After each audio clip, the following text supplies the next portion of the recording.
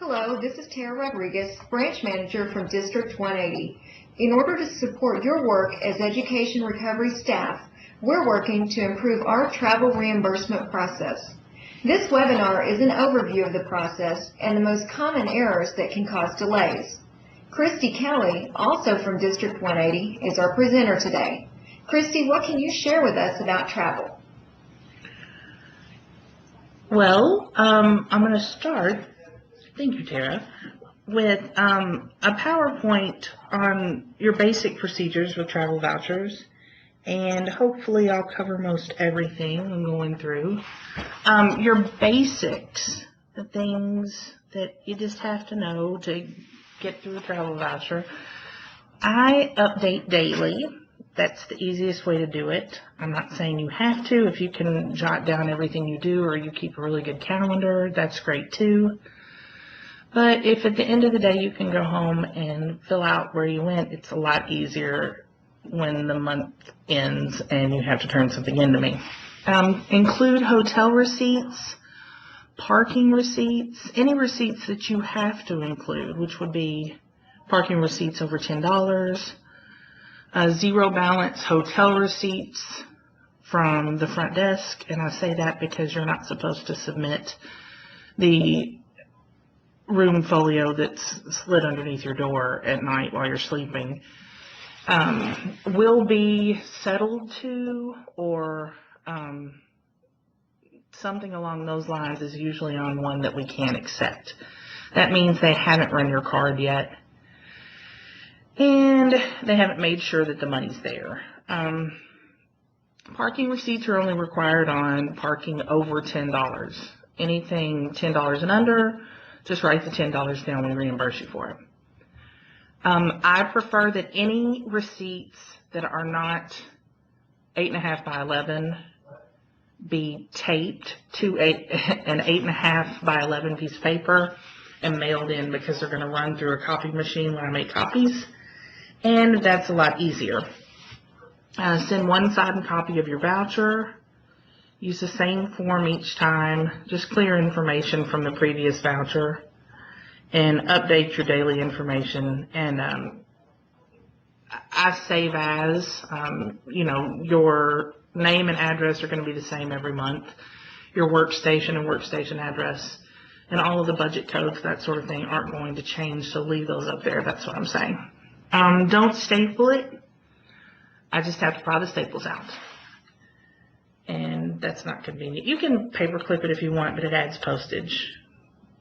Required on the first page of the miscellaneous expense voucher: your name as it appears on your tax return, your vendor number, workstation, your home district that we have the MOA through is your workstation. The county name, Jefferson County Schools, Bullitt County Schools, Covington Independent Schools, and their address. It's not the school that you worked at in that district. It's not the school where you're assigned for KDE.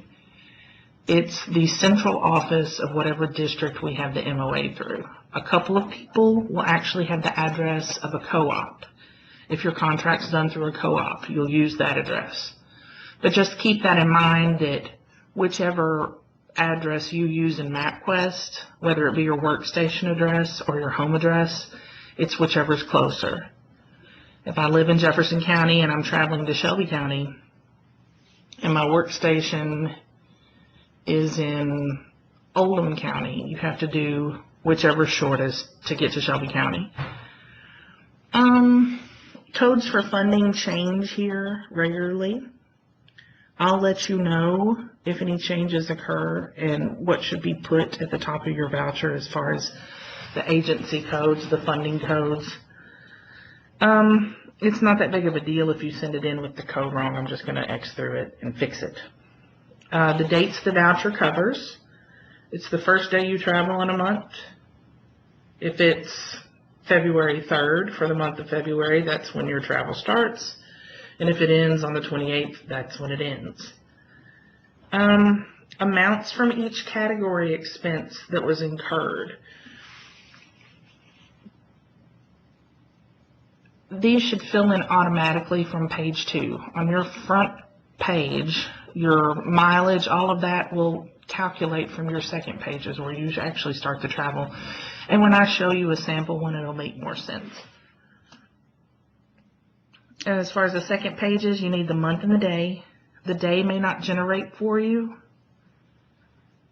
for each date, but once you put it in at the top of the page, like if the first day of the month is on a Tuesday, usually if the Excel spreadsheet isn't corrupt, it will then calculate correctly for the rest of the month. Your time of your departure and your time of return. If it's a round trip, you need departure and return on the same line.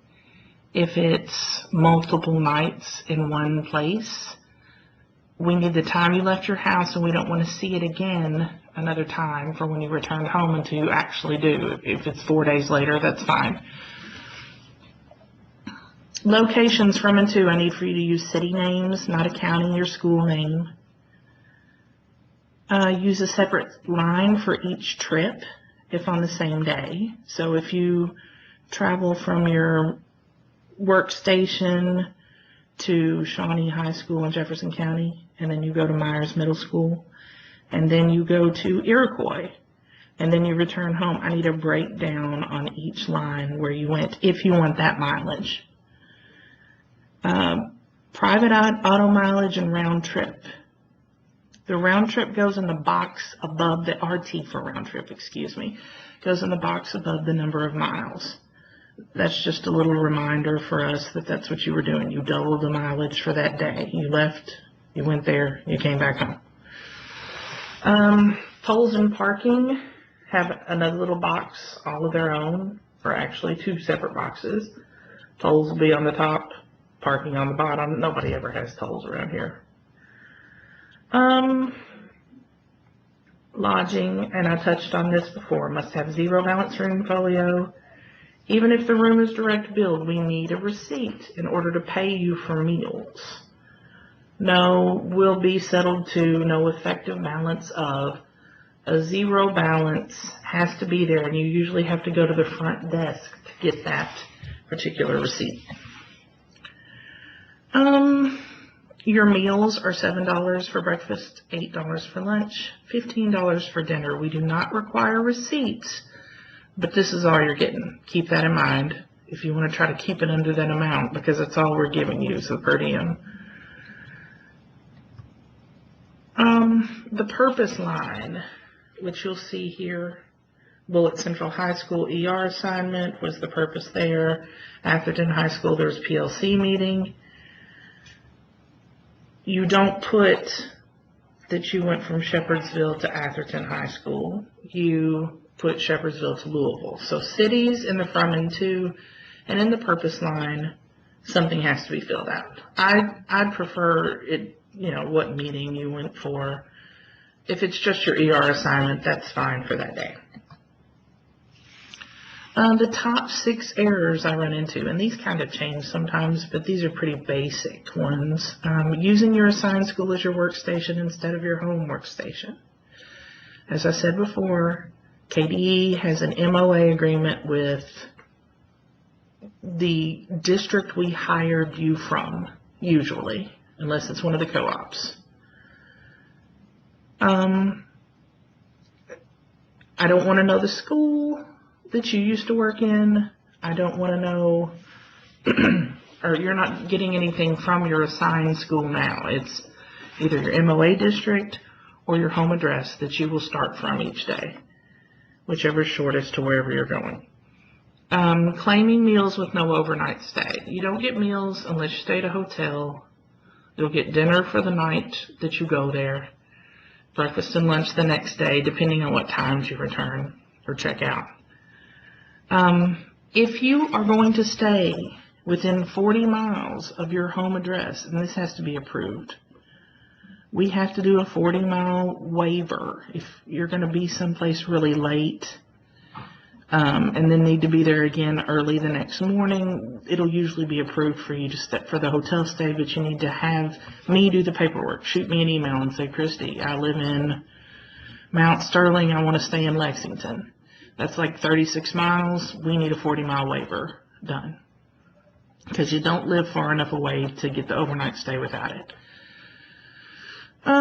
We have a problem with people not separating trips taken during the same day. I mentioned that each trip between separate cities or even separate meetings in the same city should be broken down line by line, not all lumped together. Make sure you fill in all the required fields, your dates, your times, your purpose line. Make sure everything's there. And the shortest MapQuest mileage is what should be claimed every single time. Here's an example of the MapQuest that needs to be sent in with it, with each of your destinations for travel. If you go someplace multiple times, I certainly don't need the same MapQuest over and over again, but I do need one for each different place that you go. In this particular MapQuest, 53.29 miles versus 60.83, KDE is going to pay you 53 miles round trip. That would be 106 miles. We round up or down. We don't want decimal points. You can't enter those in EMARS, is what I've been told.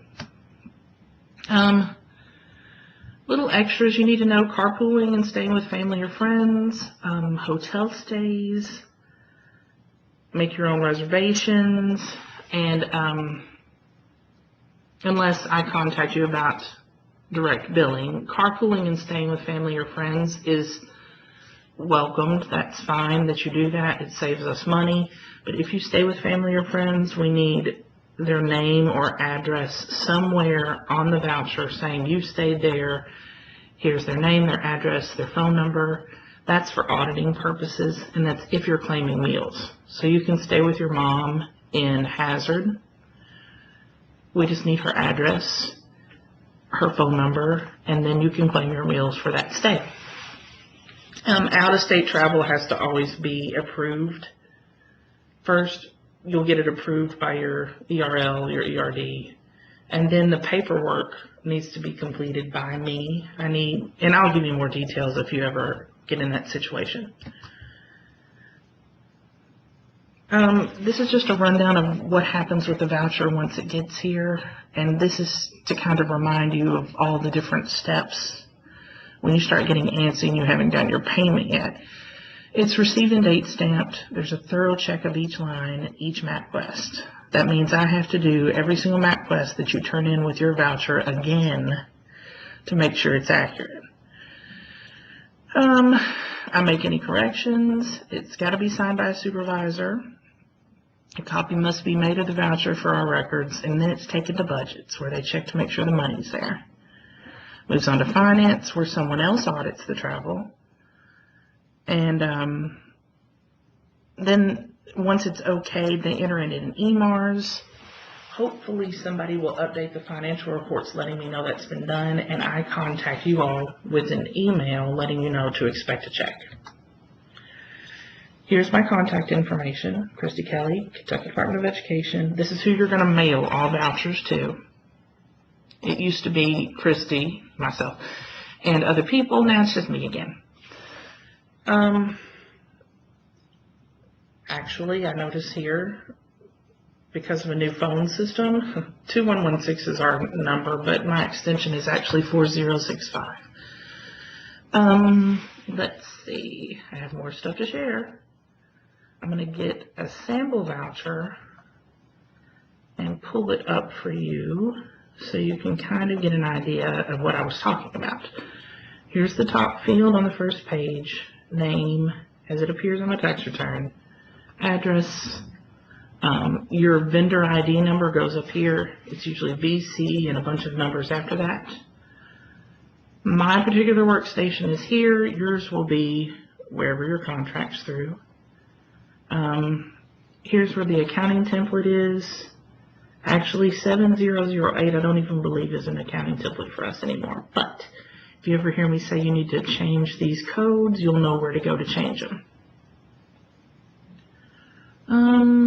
Page 2, or actually travel continuation, page 1.